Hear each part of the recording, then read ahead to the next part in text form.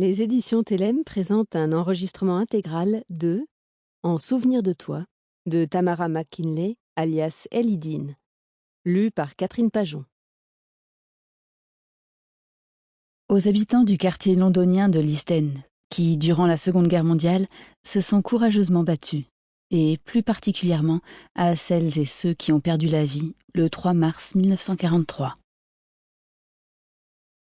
Prologue.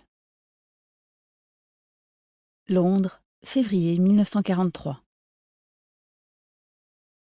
Doreen Gray ressentit une pointe d'excitation. Elle rajusta son petit chapeau en feutre, puis s'empara de son sac de voyage et de l'étui contenant son masque à gaz, avant de descendre du train qu'elle avait pris le matin même à Knockholt. D'aucuns, à coup sûr, l'auraient jugée ridicule.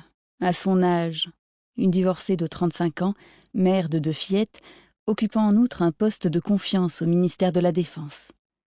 Et pourtant, elle se sentait étourdie, éprise à la façon d'une écolière. Vêtue de ses plus beaux atours, elle frissonnait à l'idée de revoir bientôt Archie.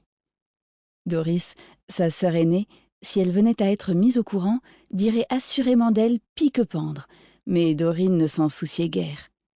La vie était faite pour être vécue, et l'on se devait de la vivre pleinement, car personne ne savait de quoi le lendemain serait fait. Assise dans un autobus, en direction des quais de Londres, elle fut surprise, en apercevant son reflet dans la vitre sale, de constater à quel point l'amour et l'exaltation l'avaient embellie. Lavée de frais, ses cheveux noirs et ondulés luisaient sous le ravissant petit chapeau. Son regard brun étincelait, et sa peau claire, rayonnante, témoignait de son bonheur. On avait accordé à Archie une permission d'1 semaine, le temps de réarmer le navire à bord duquel il servait, avant sa prochaine traversée de l'Atlantique.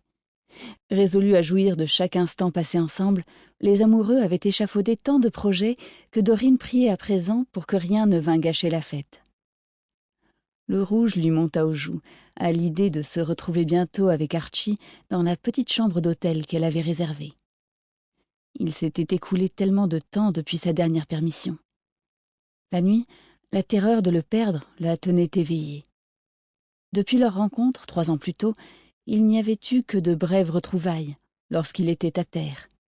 Entre-temps, elle avait dû se contenter de lettres et de doux souvenirs. Elle fit surgir de son sac à main la dernière missive en date, contemplant avec affection la photo qu'Archie avait jointe à son envoi.